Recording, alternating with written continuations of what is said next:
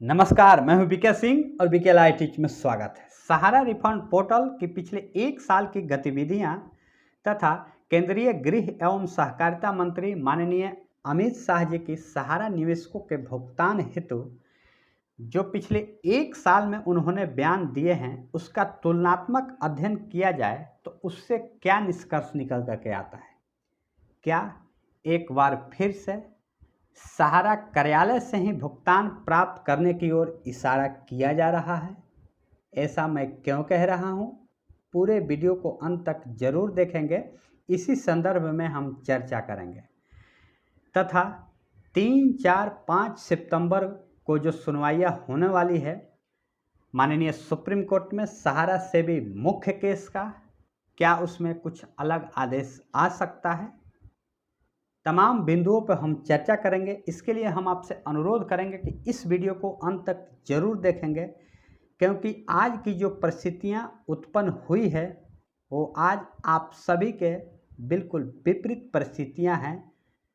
जैसा कि एक साल पहले जब माननीय सुप्रीम कोर्ट का आदेश आया था कि 5,000 करोड़ रुपये की राशि सहारा इंडिया के 4 सोसाइटी के निवेशकों के भुगतान हेतु जारी किया जाता है, जिसकी समय सीमा 9 महीने निर्धारित की गई थी। फिक्स समय था और आदेश में ये भी लिखा गया था कि अगर 9 महीने में इस राशि की भुगतान नहीं किया जाता है तो बाकी शेष राशि वापिस सहारा सेवी खाते में ट्रांसफर कर दी जाएगी, जिसका जिम्मा भुगतान हेतु CRCS को दिया गया था। और इसकी तमाम प्रक्रियाएं आपने जरूर देखी है, इससे आप भली भांति परिचित हैं। माननीय गृह मंत्री अमित शाह जी ने जिस जोर शोर से सहारा रिफंड पोर्टल को लॉन्च किया था, जिस उत्साह से सहारा रिफंड पोर्टल को लॉन्च किया था कि देश के 13 करोड़ सहारा निवेशकों के लिए ये शाह का सहारा तमाम टेलीविजनों पे हेडलाइन बना हुआ था।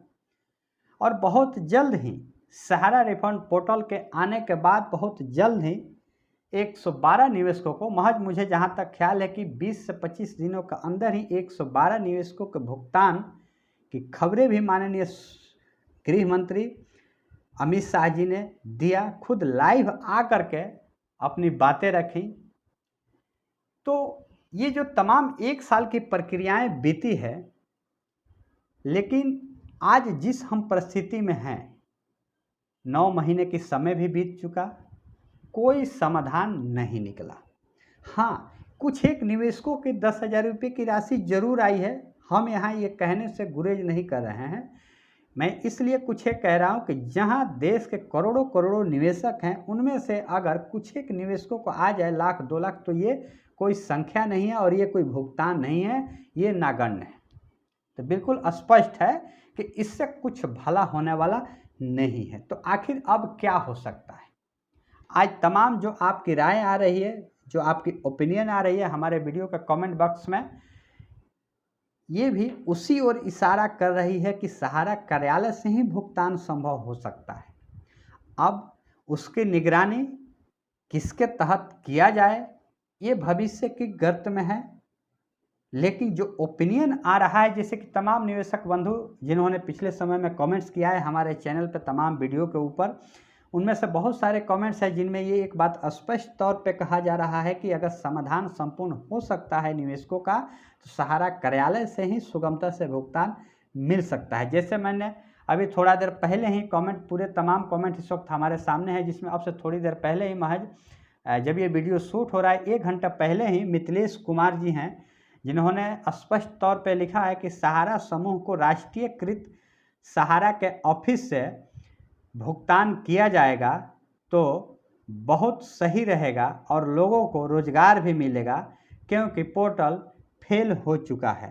राष्ट्रीयकृत कर, इनका स्पष्ट कहना है कि सहारा को राष्ट्रीयकरण किया जाए, राष्ट्रीयकृत किया जाए और केंद्र सरकार की निगरानी में सहारा कार्यालय की तरफ से ही भुगतान किया जाए, ताकि निवेशकों का भुगतान भी सुगमतापूर्वक मिले तथा लोगों को रोजगार भी मिले। जब कार्यालय अगर खोले जाते हैं तो निश्चित रूप से तमाम प्रक्रियाओं को पूरा करने के लिए वर्कर की ज़रूरत पड़ेगी, कार्यकर्ताओं की ज़रूरत पड़ेगी, और इनमें सक्षम हैं तो वो है सहारा इंडिया के कार्यकर्ता। जिन्होंने तमाम प्रक्रियाओं को अच्छी तरीके से जाना है, समझा है, सब कुछ है उनको मालूम है और तमाम प्रक्रियाओं को भली भांति से बिल्कुल परिचित हैं। तो इसलिए इन सभी निवेशकों का ये राय है कि सहारा कार्यालय से ही सुगमतापूर्वक भुगतान संभव हो सकता है।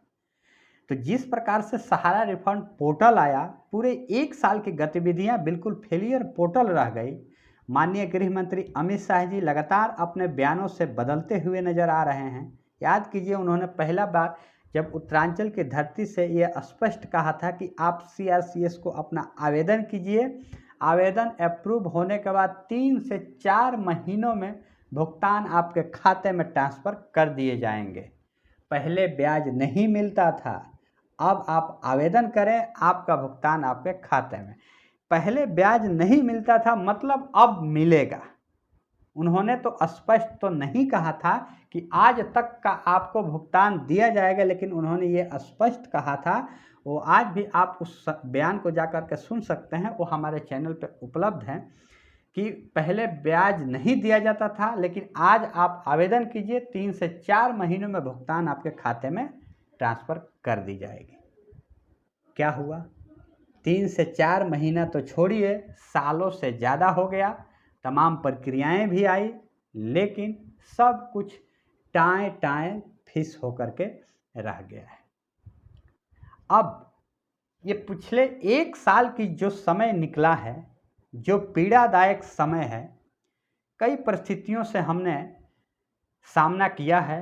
पोर्टल पे आवेदन हेतु, डेफिशिएंसियों को दूर करने हेतु माननीय गृह मंत्री अमित शाह जी के बयान पे जो हमें मानसिक दबाव होता है कि भुगतान के लिए कह तो रहे हैं लेकिन मिल नहीं रहा है। क्या 3, 4, 5 सितंबर को जो माननीय सुप्रीम कोर्ट में एक सुनवाई होने वाली है, उसमें इस तमाम परिस्थितियों को संज्ञान में लिया जाएगा, निवेशकों को पीड़ा को लिया जाएगा और उससे एक अच्छा आदेश निकल सकता है। हम ऐसी कामना करते हैं कि अब कोई समय दूर नहीं है। मई का महीना लगभग ख़त्म ही हो चुका।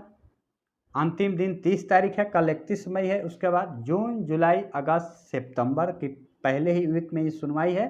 बीच में 3 महीने और बचते हैं।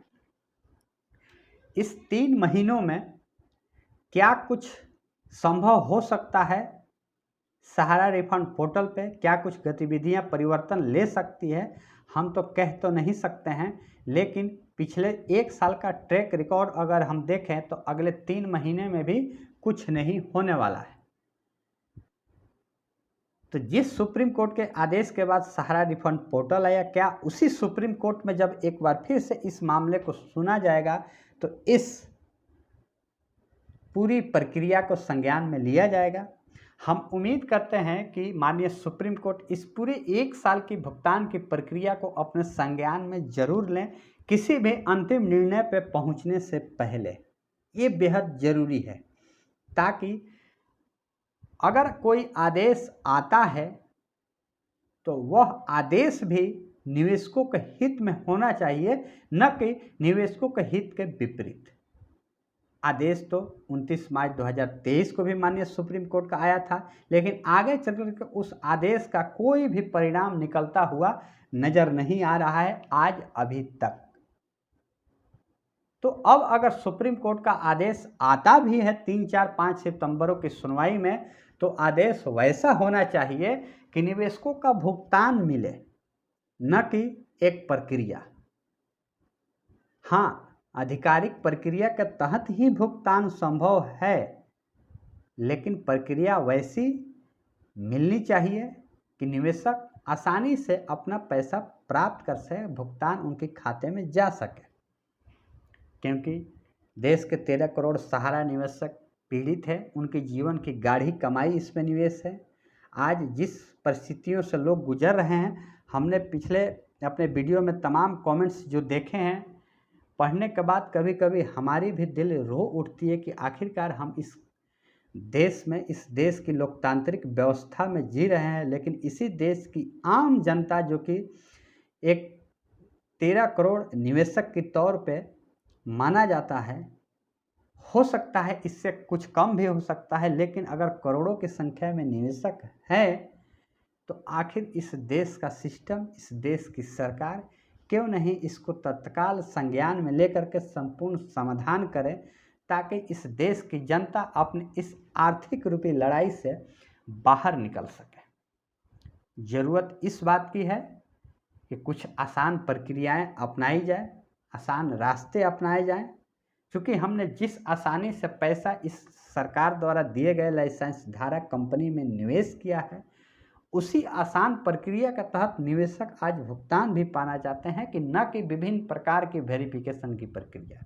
हमने Aadhaar card, PAN card, bank passbook, original bond सब कुछ दे रखे हैं, अपना पूरा पहचान दे रखे हैं। अब किस पहचान की ज़रूरत है?